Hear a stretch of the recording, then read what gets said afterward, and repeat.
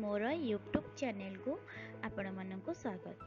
जदि आजिर रेसिपी आपण मानक भल लगी थाए तेबे शेयर एवं सब्सक्राइब करने को भूलिबेनी। सब्सक्राइब साइड थिबा बेल आइकन को प्रेस करदेबे जहा फल आपण मोर नुआ नुआ वीडियो गुडी को प्रथमे देखि परिबे।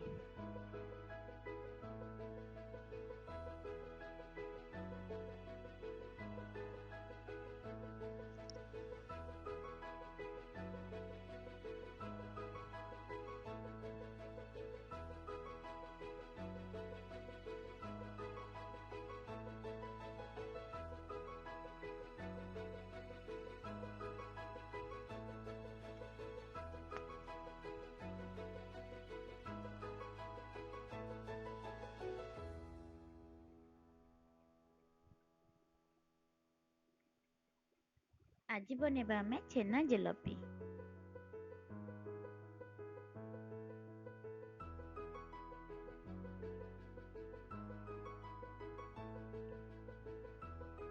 छेना जिलापी को सामग्री सब दरकार ता प्रथमे जानि नेबा। सेति पई मु नेछि 1 लिटर क्षीर, 1 कप चीनी, 1 कप अमूल, किछि काजू एवं पिस्ता बादाम। प्रथमे छेना छिंडेबा पई क्षीर को गैस ऊपर फुटाई नबा।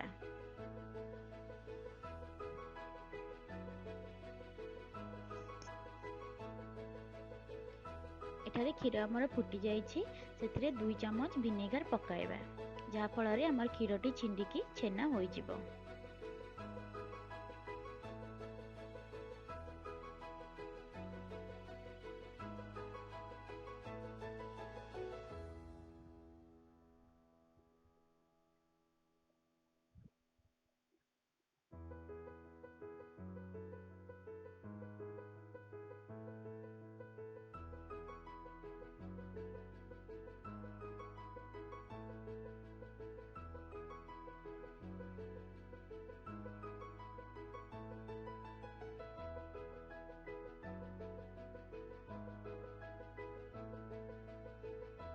देखि पारुथिबे हमर छेना प्रस्तुत होई सारिछि।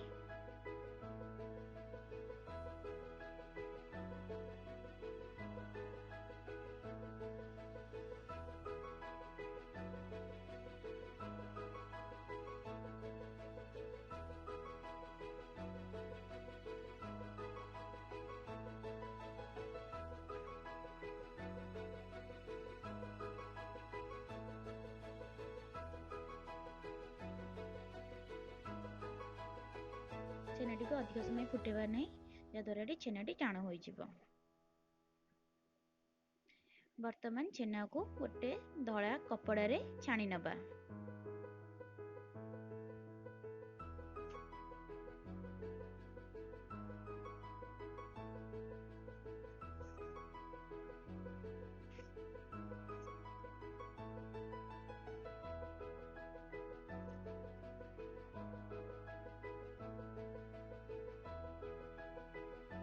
चीनी सिरा प्रस्तुत करने मु गैस ऊपर पैन बसई सारी से 1 कप चीनी नेबा।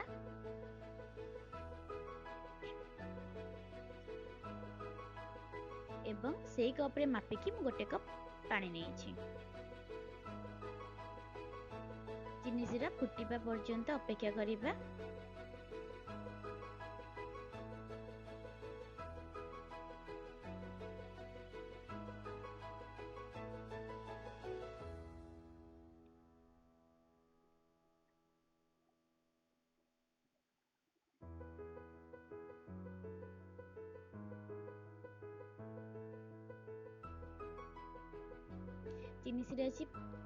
चीनी सिराटी प्रस्तुत हो सारी।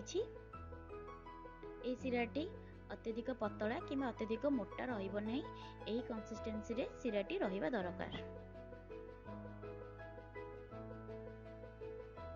एबे हमें जलेबी प्रस्तुत करबा पई छेना को भलो कि चकटिबा। छेना चकटिबा पई सेथिरे मोटी किछि मिल्क पाउडर किबा अमूल नेछि।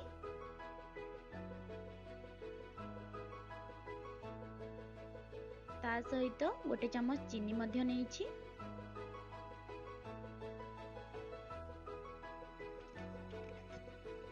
ଏବଂ ଗୋଟେ ପିଞ୍ଚ ଖାଇବା ସୋଡ଼ା ନେଇଛି।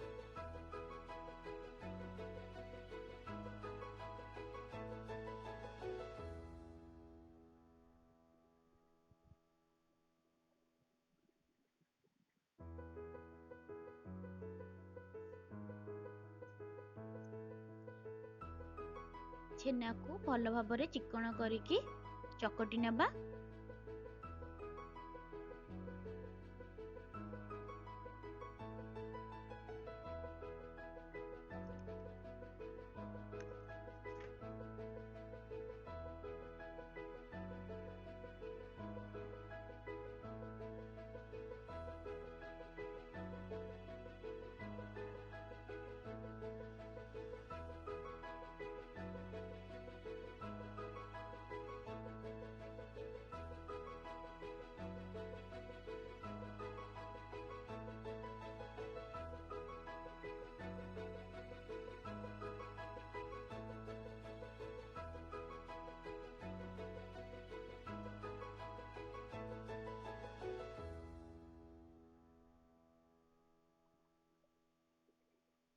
ଦେଖନ୍ତୁ ଛେନାଟିକୁ ଭଲ ଭାବେ ଚକଟି ସାରିଛି। ଏହିପରି ଭାବରେ ହାତ ପାପୁଲିରେ ଛେନାକୁ ଆହୁରି ଚିକଣ କରିକି ଘଷିକି ଚକଡ଼ିବା।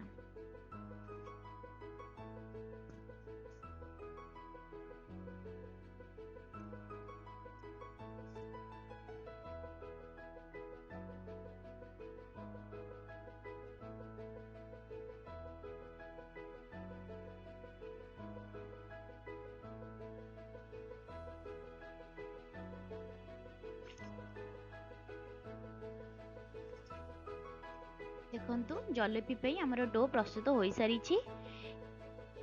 ବର୍ତ୍ତମାନ ଆମେ ଛେନାକୁ ସମାନ ଭାଗରେ ବିଭକ୍ତ କରିଦେବା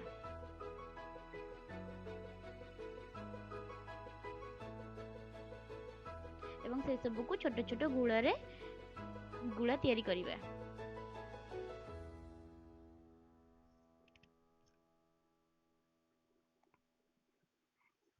ଏହିପରି ଭାବରେ ହାଲକା ହାତରେ ଅତ୍ୟଧିକ ପ୍ରେସ୍ ନ କରିକି ଏହିପରି ଭାବରେ କରିବା। ଅତି ଯତ୍ନର ସହିତ ଯେଉଁପରି କରୁଛି ସେହିପରି ଭାବରେ ଜଲପିର ଆକାର ଦେବା। ଦେଖନ୍ତୁ ମୋର ଗୋଟେ ଜଲେପି ପ୍ରସ୍ତୁତ ହୋଇସାରିଛି। ସେହିପରି ଭାବରେ ମୁଁ ଅନ୍ୟ ସବୁ ଜଲେପି ଗୁଡ଼ିକ ପ୍ରସ୍ତୁତ କରିସାରିଛି। ବର୍ତ୍ତମାନ ଜଲେପିକୁ ଛାଣିବା ପାଇଁ କଡ଼େଇରେ ତେଲ ଗରମ ହୋଇସାରିଛି। ଅତି ଯତ୍ନର ସହିତ ଜଲେପି ଗୁଡ଼ିକ ମୁଁ ଛାଣି ନେବି। ମନେ ରଖନ୍ତୁ ଜଲେପି ଛାଣିଲା ବେଳେ ଗ୍ୟାସର ଫ୍ଲେମ୍କୁ ଲୋ ମିଡ଼ିୟମରେ ହିଁ ରଖିବେ।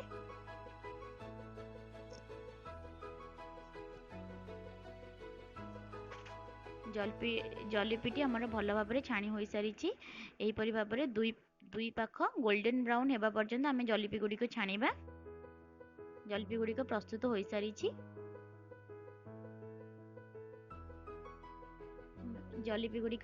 ଦେଖନ୍ତୁ ଆମ ଜଲେପି ଗୁଡ଼ିକ କେତେ ସୁନ୍ଦର ଛଣା ହେଇସାରିଛି। ତାକୁ ଚିନି ଶିରାରେ ପକାଇବା ପୂର୍ବରୁ ମୁଁ ଚିନି ଶିରାକୁ କିଛି ସମୟ ପାଇଁ ଗରମ କରିଦେଇଥିଲି।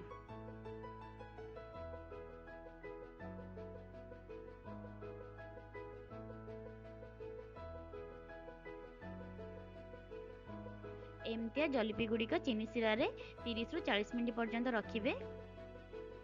ଆମର ଏଠି 30ରୁ 40 ମିନିଟ୍ ପର୍ଯ୍ୟନ୍ତ ଜଲେପି ଗୁଡ଼ିକ ଚିନି ଶିରାରେ ଭେଦି ସାରିଛି। ଦେଖନ୍ତୁ ମୁଁ ଗୋଟେ ଜଲେପି ବାହାର କରି ଦେଖାଉଛି ଏହା କେତେ ଜୁଇସି ଏବଂ ନରମ ହୋଇଛି।